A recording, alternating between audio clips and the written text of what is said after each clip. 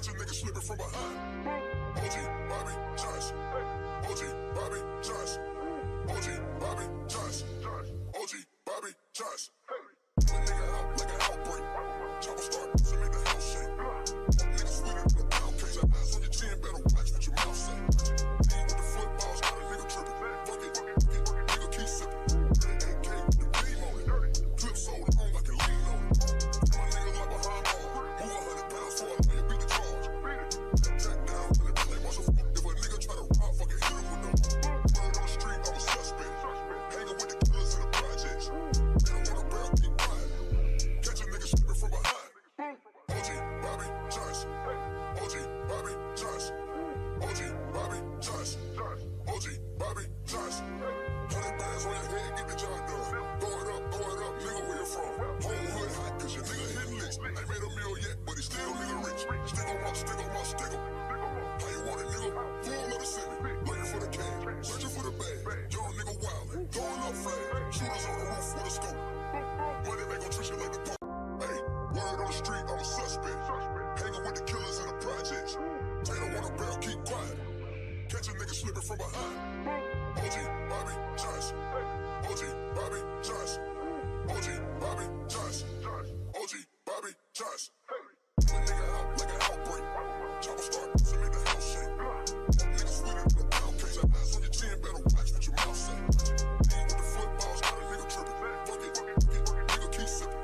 AK, the beam on it. Clip sold on like a lean on it. My nigga like behind ball. Move 100 pounds for a man, beat the charge. Jack down, and if they watch a fuck, if a nigga try to rob, fucking hit him with them. Word on the street, I'm a suspect. Hanging with the killers in the projects. They don't want a barrel, keep quiet. Catch a nigga slipping from behind. OG Bobby Johnson. OG Bobby Johnson. OG Bobby Johnson. OG Bobby Johnson. 100 bands on your head, get the job done. Throw it up, nigga, where you from? Whole hood hot, cause your nigga hitting licks. Ain't made a meal yet, but he still nigga rich. Stick on my, stick on my, stick on. How you want it, nigga? Full of the city. Looking for the cash, searching for the bag. Young nigga wildin', throwing up flag. Shooters on the roof with a scope. Money they gon' treat you like the pump. What's up, y'all? What's going on? Hey, what's good? What's good? Happy Monday to all of you out there. Hopefully you guys had a good start of the week. I know I did. I mean, it was okay. You know, everything went as planned. I can't complain. As far as the day job is concerned, everything was kind of smooth sailing. So, you know, hey, things could be worse, but I'm happy I'm here. The Lord God woke me up this morning. I'm able to breathe. I got all my senses. You know, some are not as good as others, but I got them all. You know what I'm saying? I got them all, and I'm using them today. Well, I'm going to be recapping with you guys. I can't even talking this winning time, y'all. Winning time. The rise of the Lakers dynasty. Guys, we're going to be talking about episode 2. The magic is back. Yes, Pat and West try to woo a new star after Irving's performance. Y'all, this was a very, very entertaining episode. And like I said in my recap for episode 1, I'm late to the party, but hey, I'd rather be late than never showing up. And shout out to Elliot with Movie Files. He put me on this. And also shout out to Tyra with Reviewz TV. These two lovely people are doing their versions of recaps, reaction, reviews, and live. So make sure you check them out as well. In addition to myself, the information is in the description box of this video and on my comment tab. And also, Tyra, again, shout out to you, ma'am. I do appreciate the music that I stole from you. I asked you about it, but you created it, so I want to give you some credit. Please configure both primary and backup streams correctly. The comparison of the streams fail because, okay, 1 second here. The comparison of the streams fail because one of the streams has an invalid configuration. I have no idea what that means. Let me just 1 second here. Can y'all see me? Can y'all hear me? Because it's saying that I'm something talking about my stream here is acting crazy. That's what I'm getting a little message over here, and I don't know what that could be from. Let's see here. Let me get rid of that. And Let me get rid of that. Okay. All right, we're gonna keep the party going. I don't know why I'm getting this message over here. Okay, it went away. But guys, this is going to be spoiler feel. I'm going to spoil it up, down, left, right, in and out. I don't know if I am going to be doing lives every week. I'm just kind of in the mood right now because I'm really enjoying the show, and I'm like, hey, I want to see who else is, enjoying the show as much as myself. When I do my recaps for Warrior, that is also on Max. I do my little recaps by myself, which you can get my recap for episode 9 right here, and then I go live, and I have a lot of fun with you guys. And so sometimes you gotta show up in the chat. Remember one time, not one person did, and I was recapping this thing by my lonesome. You know what I'm saying? So, um, it is what it is. Um, so yeah, let me know what you thought about the episode. Let me know if you are liking it as well as you are with season 1. Because this is it's unfortunate it took me so long to get on the show because it's so damn good. I see that we got 6 people watching right now, and I want to shout out to all 6 of you. And hey, what's going on, Tracy Lee? How you doing? Have you seen Winning Time, the season 2, not season 2, episode 2? And yep, there you go, right there, loving a new season. I'm glad you're loving a new season as well, and so am I. But if you're gonna be here, I don't know if you're dropping in or you're gonna chit chat with me. What's up with your boy Norman Nixon at the very beginning of the episode when they was doing the interviews? When they was doing the interviews with the team, with the actors, say, how do you feel about Magic coming back to the Lakers? Is this a good thing? It's a bad thing? It seemed like your boy Norman Nixon was snorting cokes, and I could be wrong. And they're not gonna let me show it's doing this scene right here. Let me switch this tab over. When this scene right here, if you go, I don't have the exact screenshot of him bending down, but he put his nose down outside of the camera frame. He took a big sniff. So I just wondered myself, okay, did I got old boy sniffing coke? What is going on? What is going on? And so that's just interesting to me. But let me know if I'm tripping or not, if y'all saw the same thing I saw. Jason Clarke is coming through as well. Fantastic actor. I like him a lot. I do. I mean, I've seen him in other things before this right here, but I'm really liking him, as well as Adrian Brody. And this brother right here, the one of the main characters, Mr. Magic, Quincy Isaiah, he is new to me. I have never seen him before in anything, but he is doing a phenomenal job. And so I'm liking all the fire, all the energy that he is bringing to the show. No, I don't think that was him snorting. He's snorting. Okay, maybe I'm tripping. But we got this episode. Well, episode 1 of season 2. It started out in 1984. I think it was the end of game 1, and they had the Boston Celtics rioting, trying to flip over the bus. Real life accounts is Magic said in one of his memoirs, one of his books, that he was really scared and they had to get the police involved. Actually, that took place in game 7 instead of game 1. But I was like, wait a minute. At the end of season 1, we went from 80 to 1980 to 1984. What's going on? So they went back to 1981 or 1980. Yeah, 1981, excuse me. And that's where we're picking up right now. And they're trying to get into these playoffs, but unfortunately, they got eliminated. His son is doing a fantastic job playing his dad. The entire cast is phenomenal. Okay, so is that the? I did not know that. Let me educate myself on this right here. I appreciate it. That's why I want to do the lives with you guys, because you give me this information. Quincy Isaiah.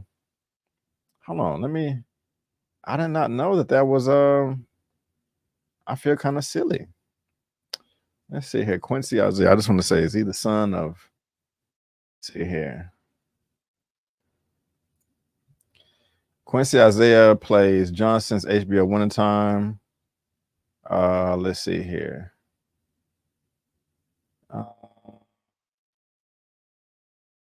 Okay, goodness gracious. Magic Johnson's son. EJ Andre. Is he the son? Am I misunderstanding what's going on? His son is doing a fantastic job playing his dad. The entire cast phenomenal. So Devon Nixon. Oh, okay. You talking to, okay, gotcha. Devon Nixon is Norm Nixon's son. Got you. I appreciate it. This is the gentleman that popped up in season 5 and season 6 of Snowfall. Yes, if I pull it up right here, Devon Nixon, because I was saying in my recap that I did, because let me pull it up real quick, if you guys don't mind. I got him on a thumbnail of my video here. This brother was in Snowfall, did a phenomenal job. I was saying to myself, oh guys, look at this. Their name, they have the same last name, and I didn't pick up that he was playing the son. So the father was a famous basketball star, and the son is a famous actor. Very, very interesting. Tracy Lee, thank you so much for that news tidbit right there. I do appreciate it. That's the point of these lives right here. What's going on, Wayne Turner?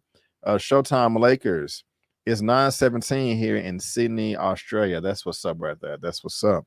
Got our future subscriber. He telling us from the future. That is amazing. Thank you for being here.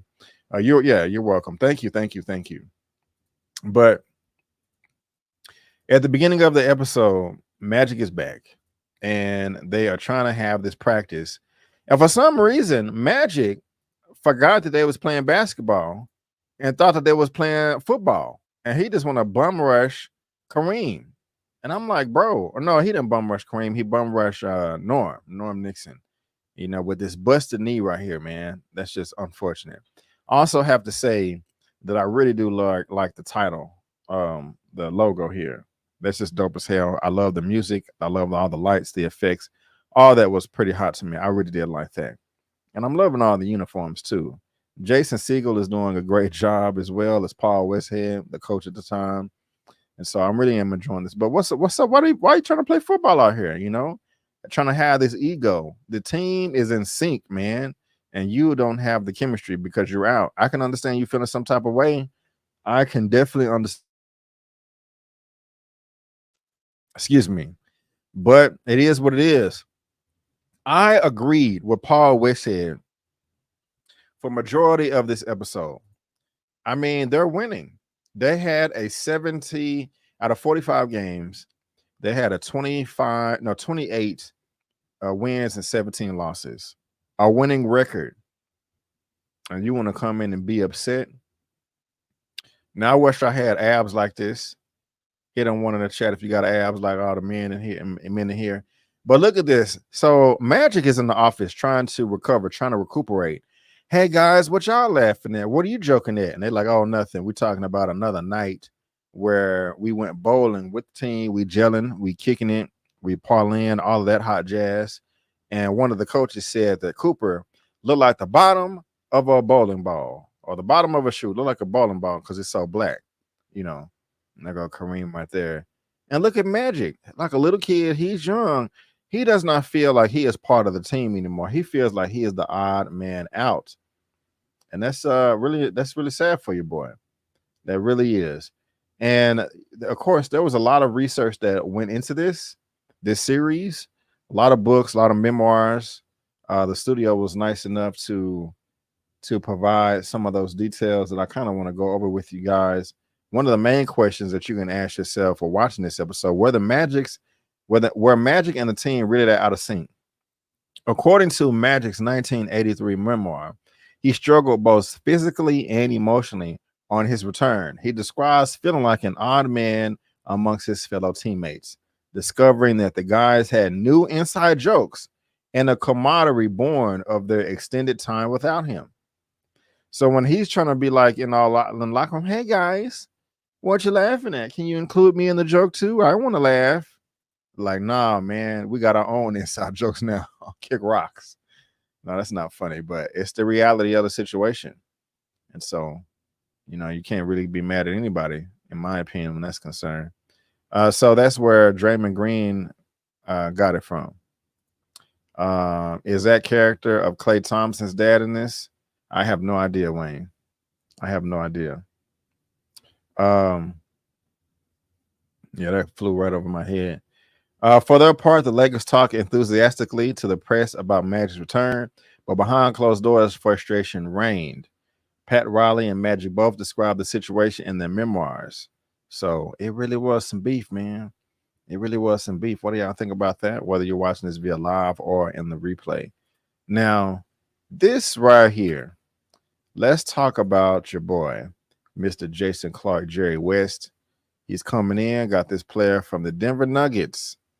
What is his name? Mr.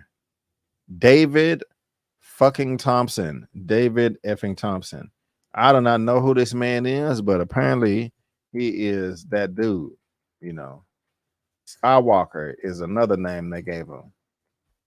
He doesn't ring any bells for me. Are you familiar with this player right here? Or if I got some older people watching, are you familiar with the old school Nuggets player right here, Mr. Skywalker?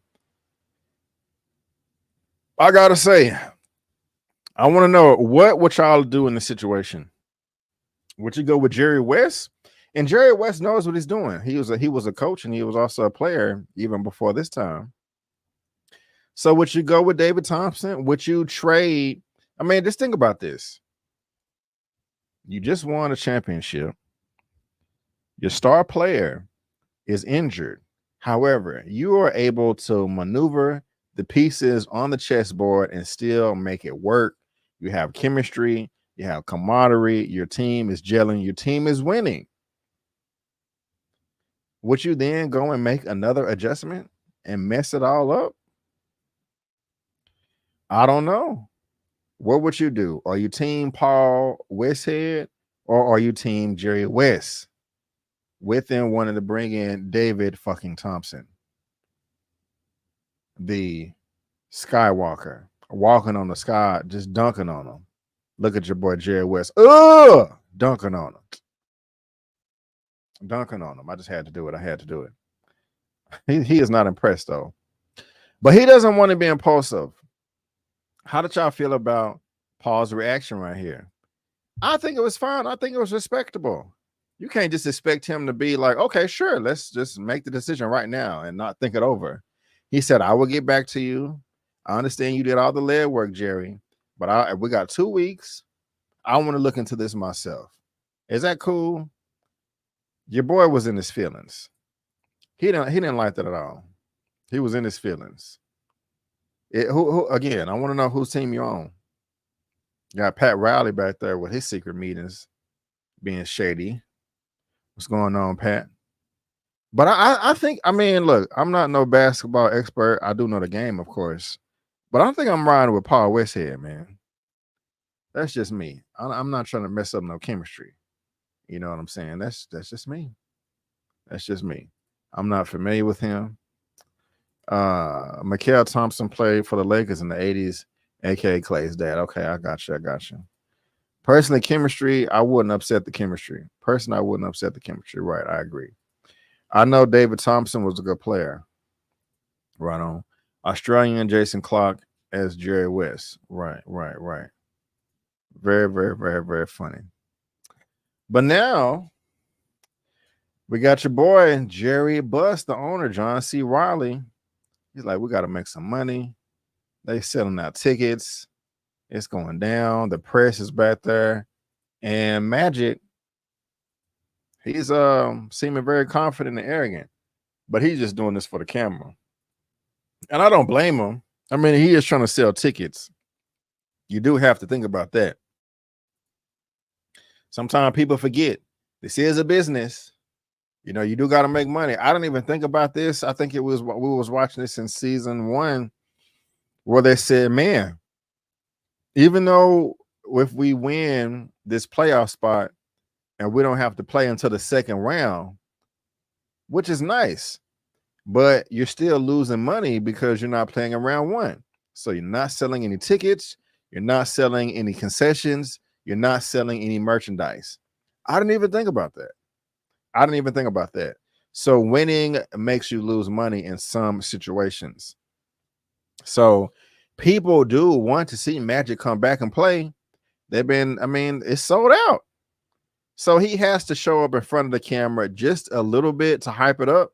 So I don't think anybody should have been hating on him.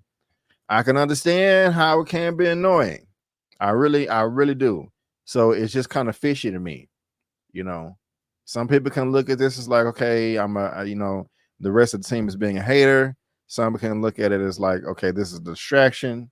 We're trying to focus on the game. It could be a combination of both. So y'all let me know what you think.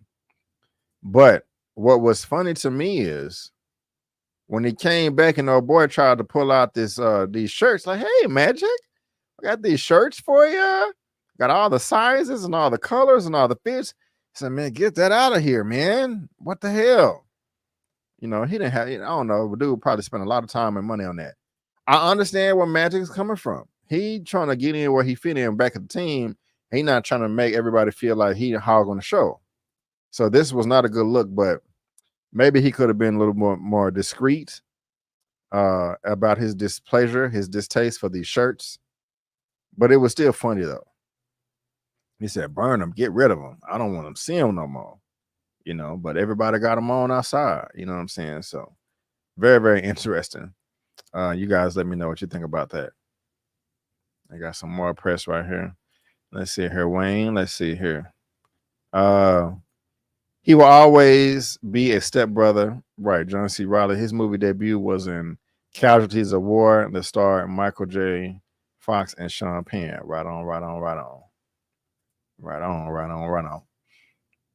But yeah, he gets back out here and he gets an announcement on this PA system. And let me see if I got some more information. I'm gonna share with you guys a bit. But they got this game right here, and they were doing perfectly fine. But the crowd wanted Magic to come, and that was like, man, if we don't, I think Claire, the treasurer, was like, look, if we don't get Magic in here, it's gonna be a riot. It's gonna be a riot. But how upset would they have really been, though, if they won the game without Magic? I asked that question in my recap, and I want to ask it now. I mean, it doesn't make sense to me. It doesn't make sense to me why they would be so upset that Magic didn't play if they still won. But you guys let me know what you think. I'm curious. I'm curious. And Magic, when he finally got into the game, turned the ball over.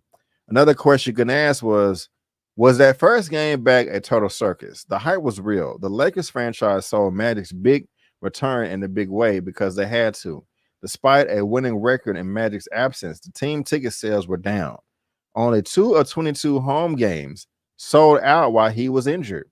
Indeed, Buzz was so intent on capitalizing on his star's grand return, he changed the date to make sure it happened at the Forum.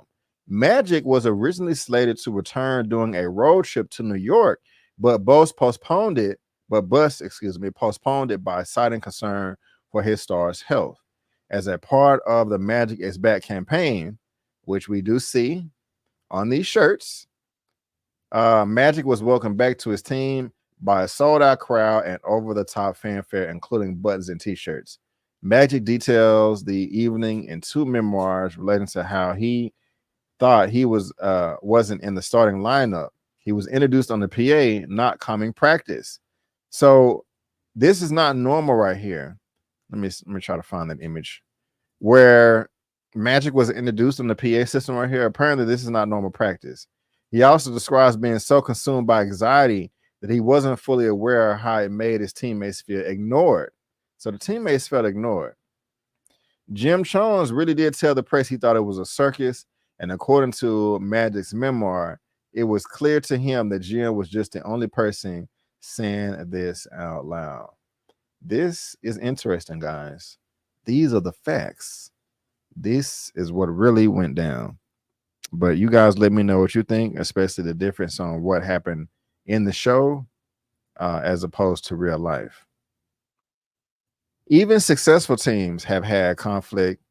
Examples, Bulls, The Last Dance showed that. Recent Warriors had it. Yeah, man. Yeah. You are correctamundo there. Correctamundo. But they won the game, and but your boy is lying to people. You know, he's really hurt and don't want to expose how much pain he's in. You know? And Pat is calling him on it. Like, well, how good is your knee? Oh, I'm at 90%. I'm at 90%, coach. I'm feeling good.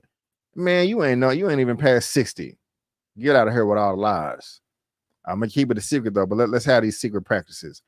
Pat was wrong for this. He should have told Paul what he said about the secret practices. Like, I don't understand why he didn't get fired. I mean, we know that he ended up being the head coach and all that for the longest in real life, but how you just gonna lie to the head coach like that? And I don't know. Maybe the information will come up in episode 3. Haven't watched it yet, but they have a secret practice, man. I mean, it's good that they're trying to get it in and heal, but there was some deception going on, and that's just not cool. Not cool at all. Now, I really did like Sally Field. She was Jerry Buss's mother, who passed away, and they're having their memorial service here a year later. They're talking about the franchises, the siblings here. But guys, I almost cried right here, man. John C. Reilly is doing a great job in this show. I really do like him. As one of the viewers just said not too long ago.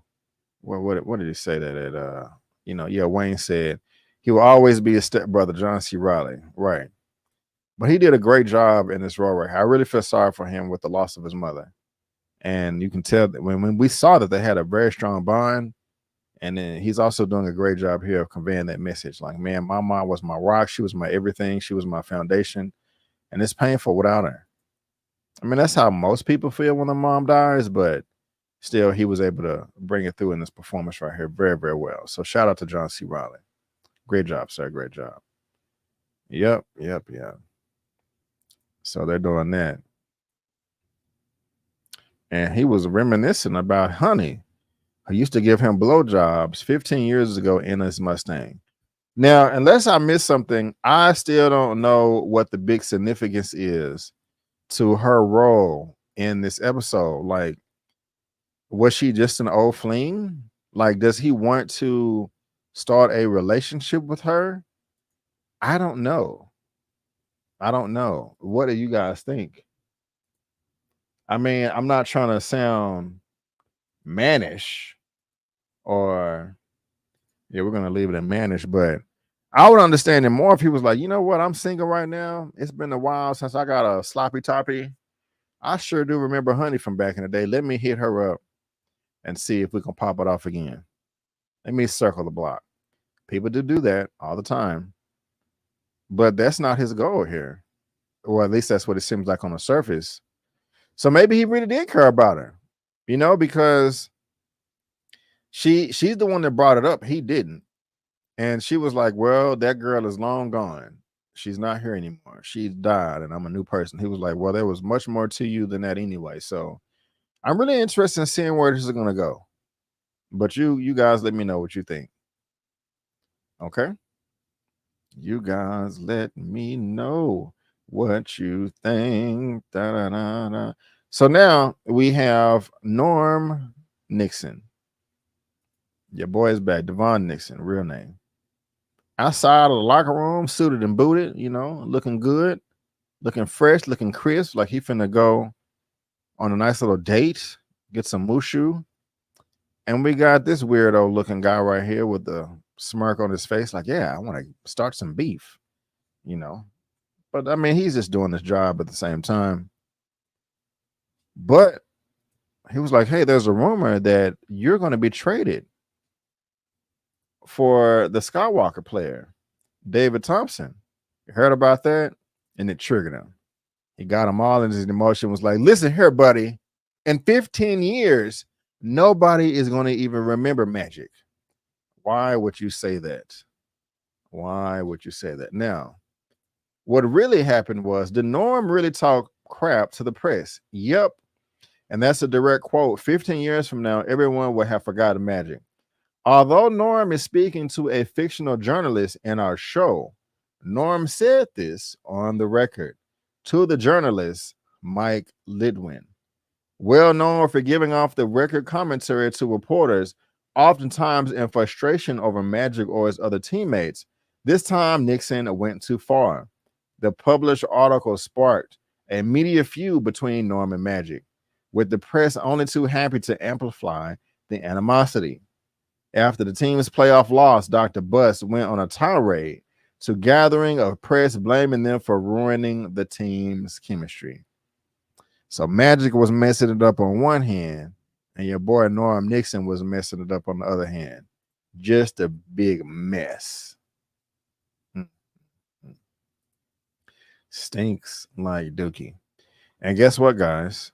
Here's the actual article from 1981. Ain't that something? Your boy got receipts. Got the original 1981 article right there. So, yeah, Norm, you can't be adding fuel to the fire, my dude. Can't be doing that. She was the only one who believed he would own a team. Got you. Thank you, Tracy. I missed that. Thank you. That reporter was messy. Yeah. Was messy. I heard an interview with Devon who said his dad and Magic are good today.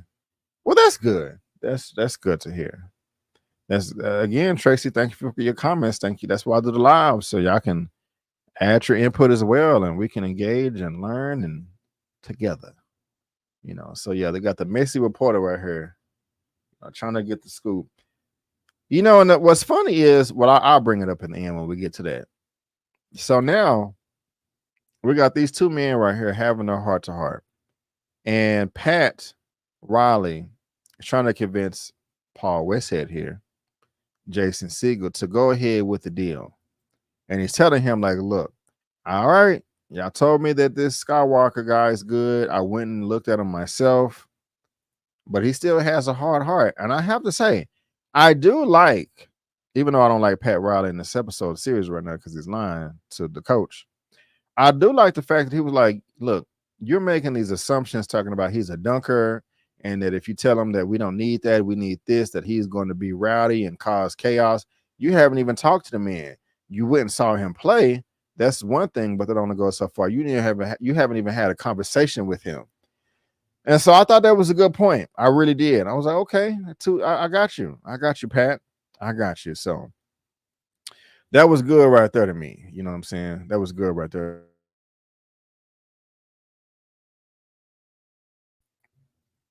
Excuse me. Let's see here. Oh, I'm welcome. Thank you. So tell me what y'all think about that. But now we have this episode, not the episode, but the scene right here where they wanted a date. And it seems like she got so intoxicated, inebriated, whatever high, a combination of it all, that she got set on fire. And the people there threw her in a body of water so to put out the flame. And she was rolling around in dirt or soot or something. And I'm like, what the hell? And she realized then that she has to stop acting crazy or she's going to die. Hey, you know, sometimes it takes some of us a little longer than others to realize that we need to get our ish together, you know. But she learned.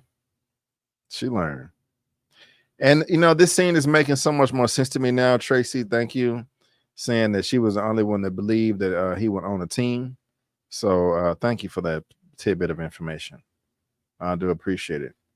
And actually, it's some information that I'll give it another time. I don't remember what they was talking about. I know they was talking about the franchises, but I can't remember the significance. But right there. But they having these magic practices. I guess you could call them magic practices. These magic secret practices. And Pat has realized, like, yeah, man, he's not up to code, up to 100%. And Magic is wondering, okay, are you going to tell the rest of the team? Now, another tidbit that I want to talk about right here that happened in real life with these secret packages, these secret practices.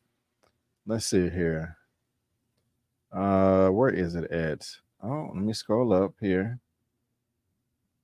Because they work really hard to try to get Magic's knee back to 100%, or, you know, for him to recover. So they had the regular practices, but they also had the secret practices. And I thought I had some notes saying here how Magic really did feel about the secret practices. So give me a second. Okay. Did Magic really suffer Let me see here. Did Magic really suffer from a crisis of confidence? According to Magic in his 1992 memoir, he sure did. In that memoir, he describes a physical aspect, how difficult it was to get back into shape, and a mental one, losing confidence in his own body. He recalls being afraid to play as aggressively as he did before the injury for fear of it recurring. He recalls feeling tentative, gun shy, not attacking, afraid one burst of speed could end his career. Man. And did Riley actually become his sensei? According to Magic's 1983 memoir, and it was indeed Pat Riley who helped him get back into form with drills and exercises after practice. According to Magic, Riley pushed him to his breaking point. Magic describes it in the way in his memoir. Riley volunteered to put up the finishing touches on my rehabilitation. He was going to see it that I got into game shape. Wind sprints, defensive, sliding drills, rebounding, 30 to 45 minutes every day after team's regular practice. I don't know how many times I wanted to throw the ball at Riley and scream, "That's enough!" But I never did. So he was really going through some Super Saiyan training right here in the gravity machine, just struggling trying to get his knee back. And it seemed like it worked, but it was all in secret. Now this was the funny ass scene right here. He coming all in here happy. Yeah, we got the deal, and Magic knows about it as well. Got the deal canceled, got it vetoed because you want to open your damn mouth. Why would you do that? Why would you do that, Jerry West? Why did you do that? So that didn't really work out. And they didn't go with the trade. And I think I like this decision, but that's just me. That's just me. You guys let me know what you think. But now, guys, guess what? It is the 1981 playoffs. It is round one, baby. And they lost the first game because they had their heads in their asses. Lakers are down. And so I was laughing right here, too. Cooper made them hug. Like, y'all get over this crap, man. I want y'all to apologize and hug each other. And that's some real ass stuff right there. It actually worked. And I laughed with this right here. I really did. This was funny to me. But they made up. They hugged. Grown as men. And they ended up winning the game too. They did. So shout out to Cooper, man. He was able to have them come through and win. So game two, final Lakers 111, Rockets 106. That's so funny right there. But what I was saying, okay, this dude was being very nasty. But what I was saying earlier is the messy reporter, he was on the plane. He was on the plane with him, and that was just kind of weird to me. But he's the one that spilled these beans right here, talking about, oh, yeah, these secret practices. How did he know? And these two go back here and start arguing, and more shit hits the fan. And it's just horrible. Was that Westhead Riley tension really there? Unfortunately, yes. While it's not clear that Riley kept his practice sessions with Magic secret from the head coach, his growing closeness to the star did have Westhead on edge. In Paul Westhead's book, he says Riley was becoming too big for his role as an assistant. Riley was giving Westhead the impression that he thought he knew more than he did about coaching. For his part, Riley expressed doubt about Westhead's judgment as his coach. This led to simmering resentment between the two men. Westhead details this rift in his book, The Speed Game. At this time, as time went on in the coming seasons, Pat became overly confident in his position and gave the impression that he knew more than the man who fought to hire him. You know me, I don't think it was intentional on Pat's part, but nonetheless, he became too big for his job. So that's interesting right there, man. Real beef. Riley did no more. Pat was jockeying for the head coach position. Right. So, yeah, man, it was some real beef between them. So, I got game 3 right here, man. The winner take all. And they did say Suave and all that. And he was like, the announcer was like, just score the effing goal.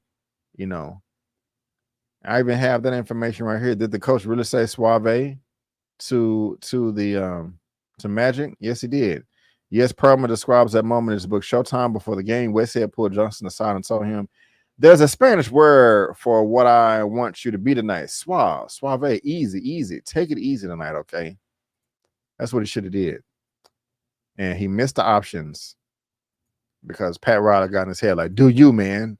You the show. You the big star. And this dude gonna go out here and not pass the ball and go airball a teardrop. I mean, damn. And they was eliminated. That is crazy. He should have got his ass beat. I would have laughed my ass off if he did. But he ruined it for everybody, man. That's hilarious. So, yeah, man, what y'all think about that? Magic lost the game, man. Yeah, Magic lost the season. He got them eliminated. Did Magic really lose his playoff mojo? Sadly for the Laker fans, that air ball was dead accurate. Down by 1 point with a chance to win the game and series, Magic took the play into his own hands and lost the game in as heroic a fashion as he won Game 6 the year before. In his own account, Magic says the play was designed to get the ball to Kareem in the post. And we saw Kareem right here asking for the ball. Westhead chose Magic to bring the ball up court instead of Norm because his superior height made him a better equipped for the entry pass. But Magic never made the pass. He claimed at the time he didn't think Kareem was open, but admitted after watching the replay he could have found the big man. In the end, the Lakers were the first defending champs to be knocked out the first round. Damn, Gina. Damn. Magic, I hope you learned your lesson, buddy. I'm pretty sure you did. That was so many years ago. Can't win them all. You can't win them all, but y'all let me know what y'all think about this, man. It was a good episode. Episode 2 of season 2 for Winning Times. The Magic is back. I will be here same time. Well, not same time. I'll be here for episode 3 of season 2. I don't know if I'll go live for episode 3. We'll just have to see. But yeah, man, whether you watch this via live or the replay, let me know what you thought about this. I'm very, very curious to know. And if this is your first time here, guys, look at all the nice, fun stuff you can get on my home tab right here. Check me out. Check your boy out. Do some more shameless plugging real quick. We got my other recap, just me by myself.